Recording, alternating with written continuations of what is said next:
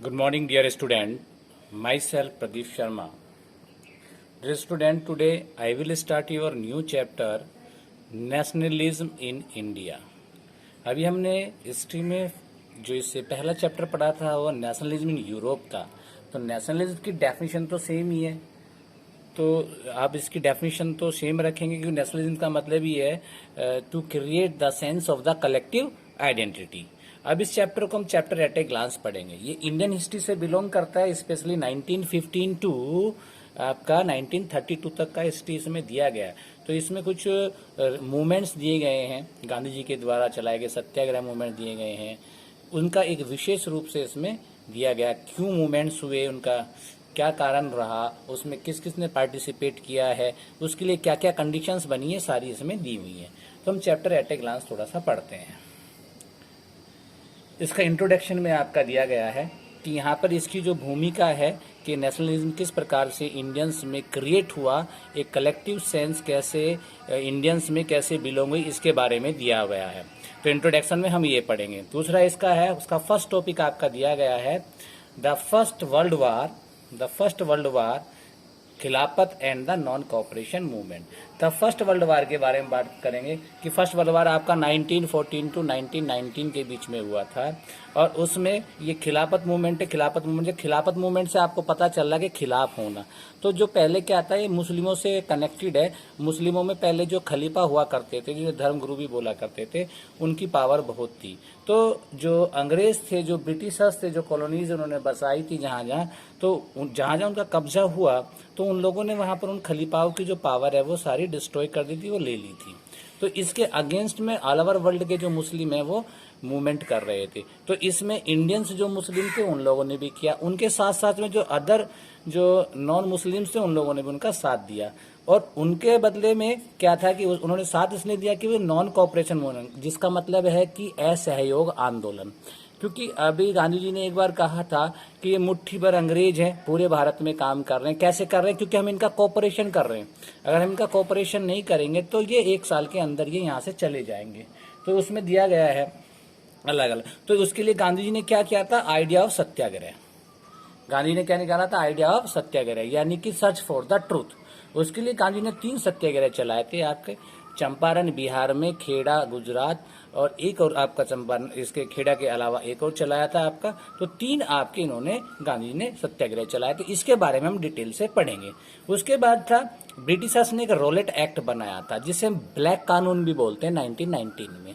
इसमें क्या था आपको कि 2 साल के लिए अगर कोई भी इंडियन इस प्रकार की एक्टिविटीज में इन्वॉल्व है जिससे कि ब्रिटिश गवर्नमेंट को कोई प्रॉब्लम्स क्रिएट होती है या उनको शासन चलाने में प्रॉब्लम क्रिएट होती है, तो वो उसको विदाउट एनी अल्टीमेट और विदाउट एनी ट्रायल 2 साल के लिए जेल में रख सकते थे। इसको ब्लैक एक्ट भी बोलते थे। अब इसका जो कारण दिया है कि इसके बाद जब सत्याग्रह हो गया, रोलेट एक्ट आ गया, इसके बीच में जलियांवाला मैसेकर भी हुआ 1919 में, जो अमृतसर में हुआ, जो जनरल डायर ने कराया। उसके बाद में गांधी ने सोचा कि नॉन कॉपरेशन मूवमेंट चलाना चाहिए। गांधी ने सोचा कि भाई ब्रिटिशर्स के खिलाफ में एक ऐसा मूवमेंट चलाया जाए जो मास मूवमेंट हो। मास मूवमेंट से मतलब है कि जो जिसमें पूरे भारत की जनता उसमें पार्टिसिपेट कर सके। तो इन सब 2 घटनाओं के बाद गांधी जी ने नॉन कॉपरेशन मूवमेंट चला, जिसे बोलते हैं असहयोग आंदोलन, जिसमें विदेशी वस्तुओं का बहिष्कार भी किया गया और बहुत लोगों ने जो है उनके साथ जो काम करने से मना कर दिया। लॉयर्स ने अपनी वकालत छोड़ दी। तो ये सारे बहुत चीजें आएंगे। इसके बीच में कुछ टॉपिक्स छोटे छोटे आएंगे, जैसे स्वराज पार्टी का गठन कैसे हुआ, किन किन लोगों ने क्या कहा, कहाँ पर कैसे मीटिंग, ये सारी चीजें इसके अंदर आपकी आएंगी। आएगा आपका different strength with in the movement. अब जो ये जो मूवमेंट होता है उसके अंदर डिफरेंट टाइप की जो धाराएं हैं, देखिए सोच है। अब ये मूवमेंट जहां जहां होगा, जैसे सिटीज में होगा उसका अलग मीनिंग होगा, गाँव में होगा उसका अलग मीनिंग होगा। क्योंकि किसी भी अभी 10th क्लास के आप बोर्ड के एग्जामिनेशन देने वाले हैं, जब भी आप देंगे, मार्च में हो या अप्रैल में हो, तो इनका जैसे 10th का करने का सबका पर्पज अलग अलग है। सभी पार्टिसिपेट कर रहे हैं 10th में, लेकिन कोई बोलेगा मेरे को इंजीनियर बनना है, कोई बोला मेरे को डॉक्टर बनना है, कोई बनना मेरे को आईएएस बनना है। तो इसी प्रकार से जब गांधी ने मूवमेंट चलाया तो इसकी अलग अलग सोच और अलग अलग लोगों में अलग अलग सोच के साथ ये मूवमेंट आगे बढ़ा। जैसे इसमें आपका सबसे पहले क्या दिया था, the movement in the towns, जो टाउन्स में मूवमेंट्स था उसमें नॉन कॉपरेशन मूवमेंट्स का अलग आपको देखने को मिला, वहां का मेन मोटो कुछ और था। Rebellion in the country side, अगर गांवों की बात करते हैं तो वहां पर जो विद्रोह हुआ इसके अंतर्गत, हालांकि ये नॉन कॉपरेशन मूवमेंट एक प्रकार का सत्याग्रह समझिएगा, लेकिन वहां पर विद्रोह हो गया। Swaraj in the plantation, plantation crops हमने पढ़ा था एग्रीकल्चर, प्लांटेशन क्रॉप्स का टी है, कॉफी है, तो यहाँ पर जो इंडियन मजदूर काम करते थे तो वहां पर उन्होंने इसका मीनिंग अलग लिया, तो डिफरेंट लोगों ने इसका डिफरेंट मीनिंग समझा, इसके बारे में भी इसमें बताया गया है। नेक्स्ट टॉपिक है इसमें toward the civil disobedience movement. अभी ये सारे मूवमेंट हो गए आपके, सिविल डिसोबीडियंस मूवमेंट 1930 में स्टार्ट हुआ था। इसका हिंदी मीनिंग में आपको आता है सविनय अवज्ञा आंदोलन करना, यानी कि विनय के साथ आज्ञा ना मानना। तो जो इसका एक विशेष कारण ये रहा कि गांधी जी ने तो हमेशा कहा कि जो मास मूवमेंट होगा उसी से ये जो ब्रिटिश कॉलोनियल जो आपकी ब्रिटिश गवर्नमेंट है ये यहाँ से भागेंगे।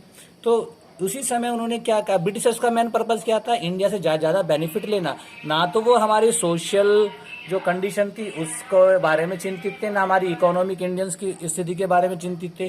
तो वो उन्होंने क्या था, नमक पर भी हमारे यहाँ पर चार्ज लगा दिया था। नमक जबकि रोजमर्रा की चीज थी, लोगों की खाने के लिए चीज थी, तो वो भी उन्होंने उस पर लगाया। तो गांधी ने सोचा अब इसके अगेंस्ट में काम करना चाहिए, तो उसने कहा द साल्ट मार्च। उसके लिए गांधी ने स्टार्ट कहां से किया civil disobedience movement, salt march से, गुजरात से स्टार्ट किया। और सिविल डिस मूवमेंट के स्टार्ट, इसमें बहुत सारे लोगों ने पार्टिसिपेट किया, बहुत सारे व्यापारियों ने पार्टिसिपेट किया, इसमें कुछ फीमेल कैंडिडेट्स ने भी इसमें पार्टिसिपेट किया। अब इसमें एक नेक्स्ट टॉपिक इसी का है, how participants are the movement. जो जिसने पार्टिसिपेट किया उन लोगों ने ये मूवमेंट किस प्रकार से देखा, तो इसकी फुल डिटेल्स आपको इसमें पढ़नी है।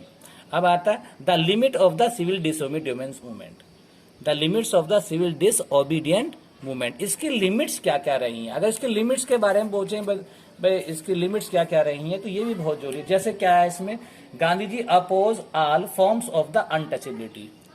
भाई इसमें अनटचेबिलिटी एक हमारे यहाँ पे साफ रहा है, अनटचेबिलिटी मतलब छुआछूत, कि हम जो लो कास्ट वाले लोग हैं, जैसे आपका वाल्मीकि है, SC ST हैं, तो जो हायर क्लास के लोग थे उनसे छुआछूत मानते थे, ना तो उनको अपने किसी फंक्शन में बुलाते थे, अगर वो टच हो जाते तो बोला नहाना चाहिए, तो ये सारा चल रहा था। तो गांधी ने उसका अपोज किया, काल देम हरिजन, उनको हरिजन भी बोला गया। इसमें डिग्निफाइड देयर वर्क, उनके जो वर्क थे उनको डिग्निफाइड किया गया। तो ये सारी चीजें हम इसमें पढ़ेंगे। अब आता the sense of the collective belonging. अब ये जो सेंस है कलेक्टिव बिलोंगिंग, हमने कहा कि ये जो नेशनलिज्म है the sense of collective belonging है, और ये कैसे क्रिएट हुई उसी के बारे में हम जितने भी टॉपिक पढ़ रहे हैं उसी के बारे में पढ़ रहे हैं कि इस प्रकार से ये क्रिएट हुई। तो ये सेंस ऑफ कलेक्टिव बिलोंगिंग में क्या क्या, अब हम लोगों ने अभी नेशनलिज्म इन यूरोप पढ़ा था, उसमें पोएट ने भी पार्टिसिपेट किया था, बहुत सारी स्टोरी लिखी, फिक्शंस लिखे, फोल्कलोर लिखे, सॉन्ग्स, सिंबल्स बनाए, जैसे आपका जर्मेनिया बनाया था, इसी प्रकार से मेरिनिया, जर्मेनिया, इसी प्रकार पे यहाँ पे इंडिया में भी हमने एक कलेक्टिव सेंस क्रिएट की गई। उसके लिए इसमें दिया गया कि किस प्रकार से हमने हिम्स करी, मदरलैंड के वंदे मातरम बनाया है, और नेशनल मूवमेंट के साथ साथ हमने फिर जो नेशनल फ्लैग के साथ में फिर आपका जो नेशनल एंथम, ये सारी चीजें हमारी इसमें दी गई हैं। और फिर हमने एक भारत माता की एक इमेजनरी, जिसे हम क्या बोल सकते हैं, आपने बताया था पीछे हमने जो जर्मेनिया अर्मेनिया की बनी थी, आपको जो हमारी सेंस है उसको हमने एक पिक्चर का रूप दे दिया था। तो उसी प्रकार से हमारे यहाँ भी हमने अपने पूरी कंट्री के जो ये हमारी सेंस है, जो हमारी भावनाएं हैं, जो एब्स्ट्रैक्ट आइडियाज हैं, उसको हमने एक पिक्चर का रूप दे दिया है, यानी कि एल्गोरी के रूप में। हमने क्या कहा, महात्मा वो आपका भारत माता को हमने एक एल्गोरी के रूप में दे दिया। तो इस चैप्टर में जो स्टूडेंट हम इसको पढ़ेंगे, थोड़ा चैप्टर थोड़ा लॉन्ग है लेकिन समझ में आएगा क्योंकि इंडियन हिस्ट्री है, और विशेष रूप से आप इस चैप्टर को एक बार जरूर पढ़िएगा। उसके बाद इसे हम 1 by 1 स्टार्ट करेंगे in the next video. Thank you, have a nice day.